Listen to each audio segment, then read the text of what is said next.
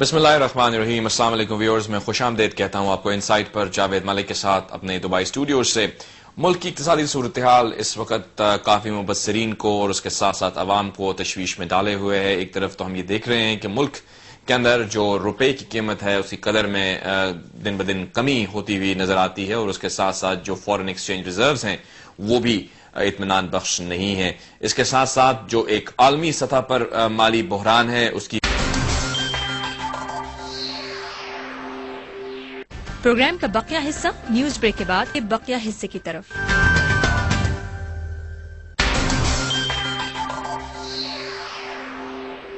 کے حوالے سے اگر ہم بات کریں، دیکھیے ابھی ہم 80s سے اوپر جا چکے ہیں. اگر ہم دیکھیں ڈالر کے مقابلے میں ماضی کی حکومت میں ایسا نہیں تھا. کچھ لوگ کہتے ہیں کہ آرٹیفیشلی ہم نے مینج کی ہوئی تھی یہ سچویشن. اس پر بھی مختلف سکولز آف تھاٹ ہیں. آپ again you are one of the few persons جو اس حکومت میں بھی انوالو تھیں. آپ کے سامنے ہوں گی وہ تمام چیزیں، اور یہ حکومت میں بھی آپ انوالوڈ ہیں کہ کیا آرٹیفیشلی ہم نے مینٹین کی ہوئی تھی سچویشن، ایک. اور دوسرا پوائنٹ کہ جو آپ کہہ رہی ہیں کہ ہماری ابھی دیکھیے ایک بہت بڑا پرابلم اس وقت یہ ہے کہ جو بجلی کے بل ہیں وہ بہت اوپر چلے گئے ہیں، قیمتیں بہت بڑھ چکی ہیں، نرخ جو ہیں وہ لوگوں کی ریچ سے باہر ہو گئے ہیں، اور اس کی وجہ یہ ہے کہ سبسڈی حکومت نے اٹھا لی ہے. تو کیا ماضی میں جو سبسڈی کی وجہ سے ان کو نیچے رکھا گیا تھا، فوڈ سبسڈی دی ہوئی تھی، آئل سبسڈی دی ہوئی تھی، یہ غلط پالیسیز تھیں؟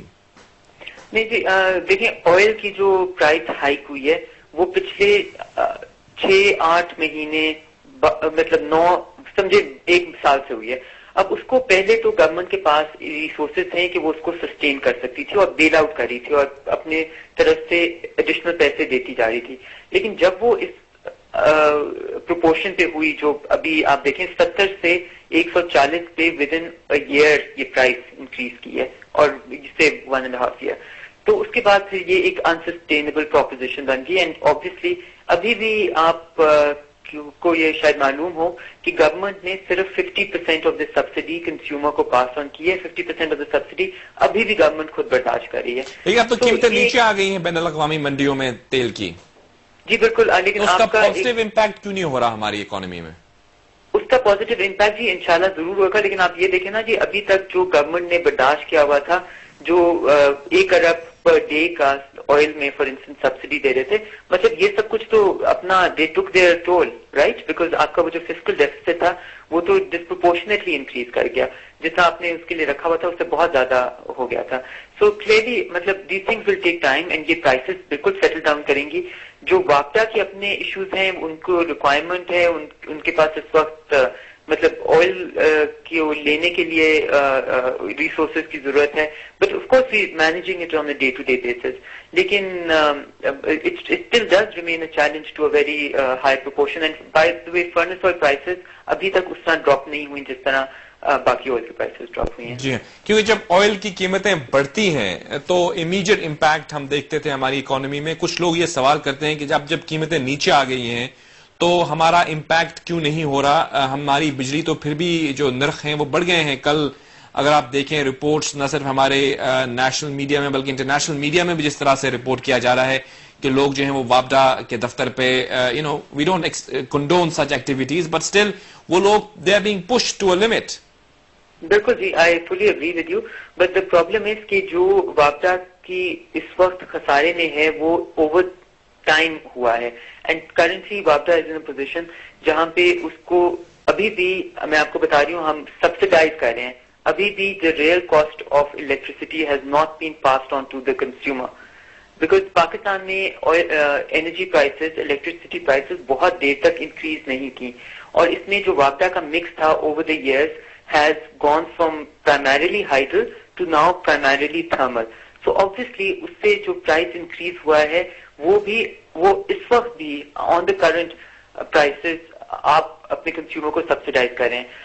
دوسرا جہاں پہ لوگ آئل پرائسز کی بات کرتے ہیں کہ آئل جیسے ہی انکریز ہوتا ہے گورنمنٹ نے بہت دیر آئل پرائس انکریز برداشت کی اور پیٹرولیم پروڈکٹس کی پرائسز آگے پاس آن نہیں کی، تو وہ ایک آپ کا بڑھتا گیا جو آپ ایک سبسڈی کر رہے تھے. پھر جب گورنمنٹ نے پاس آن کرنا شروع کی تو وہ سبسڈی تھوڑا ڈیکریز کیا. ابھی پیٹرولیم پرائسز میں ابھی بھی کئی ایسی سو ویری ریسنٹلی وہ جو سبسڈی کا ایلیمنٹ تھا I think only 2 weeks back اور 3 ویکس بیک وہ ختم ہوا ہے. تو کیا ایکسپیکٹ کر سکتے ہیں عوام؟ ایک طرف تو ہم یہ دیکھ رہے ہیں کہ ہماری جو حکمران تھے انہوں نے ریزسٹ کیا آئی ایم ایف کی طرف جانا is almost looking like inevitable کہ شاید ہمیں وہاں پہ جانا پڑے. تو اس کے اگر ہم آئی ایم ایف کے پروگرام میں شامل ہو جاتے ہیں تو اس کے سر دست کیا امپیکٹ ہوگا ہماری اکانومی کا؟ کیا ہم یہ سمجھ سکتے ہیں کہ نرخ نیچے آئیں گے، یا it will be purely academic just to balance our books, direct impact to the consumer یا to the grass roots level اس پروگرام سے کوئی فرق نہیں پڑے گا اس حوالے سے؟ نہیں جی، آئی تھنک آئی ایم ایف کا تھوڑا سا پرسکرپٹیو پروگرام ہوتا ہے. ان کی پرسکرپشن اتنا کوئی ان کے ساتھ obviously if we plan to go into a program تو وہ بتائیں گے کہ ہمارے خیال سے یہ آپ کو کرنا چاہیے، ہم بتائیں گے کہ جی ہمارے خیال سے یہ ہم کر رہے ہیں اور اتنے سے گزارا چل جائے گا، یا ہمارے خیال سے کہیں اور پہ کیا کرنا چاہیے. تو وہ تو ایک مطلب شیئرنگ آف ویوز ہوگا. جہاں تک بات آئی ہے کہ ایونچولی آئی تھنک آپ کو اسٹیبلائزیشن بھی مل سکتی ہے اور انفلیشن کو ایونچولی کنٹرول کرنا، بیکاز فار انسٹنس اگر آپ دیکھیں کہ آئی ایم ایف ہمیں انفلیشن پہ ان کے بھی ویوز آج سے ملا کہ eventually we want to really control this inflation. اب مسئلہ یہ ہے کہ تھوڑی سی مشکلات جو کہ آلریڈی لوگ people are going through it, وہ obviously we'll have to control our fiscal deficit، جس کا مطلب ہے کہ آپ کی اسپینڈنگ جو سبسڈیز وغیرہ پہ ہے وہ آپ پہلے ہی اس کا برڈن برداشت نہیں کر سکتے، تو وہ اس میں تھوڑی سی شاید کمی کرنی پڑے یا جو کچھ بھی ہو. I mean this remains to be seen. I think once we go into formal negotiations if we do, because ابھی بھی گورنمنٹ نے فارملی آئی ایم ایف کو ریکویسٹ نہیں کی. بہت شکریہ آپ کا. Hina Rabbani Khar, special assistant to the prime minister on economic affairs, ہمارے ساتھ لائن پر تھی. ہم نے یہ جاننے کی کوشش کی کہ کیا سچویشن ہے اس وقت اکنامی کی.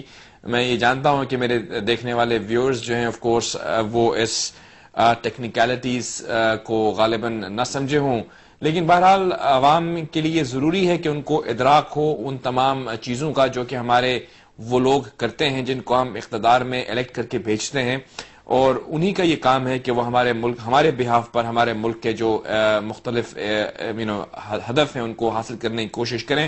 اس وقت غالباً جو سب سے بڑا چیلنج ہمیں درپیش ہے وہ اکنامک چیلنج ہے، اور یہ بالکل واضح ہے کہ یہ جو سچویشن آج ہم دیکھ رہے ہیں یہ کسی امیڈیٹ اقدام کا نتیجہ نہیں ہے، ایک long term lack of planning ہے. خود ہنا ربانی کھر نے یہ کہا، جو کہ ماضی کی حکومت میں بھی اکنامک ایڈوائزر تھیں، کہ پلاننگ کے حوالے سے جو تھی وہ غلطی ہوئی. اور اس کے علاوہ جو انرجی، جب ہم ملک کو انڈسٹریلائز کرنا چاہتے ہیں، اکانومی کا حجم بڑھانا چاہتے ہیں، تو یہ چیز تو ایک بیسک اکانومسٹ بھی بتا سکتا ہے، ایک عام انسان بھی بتا سکتا ہے کہ ہماری انرجی نیڈز جو ہیں وہ بھی ہمیں اس کے لیے کیپیسٹی کو بڑھانا پڑے گا.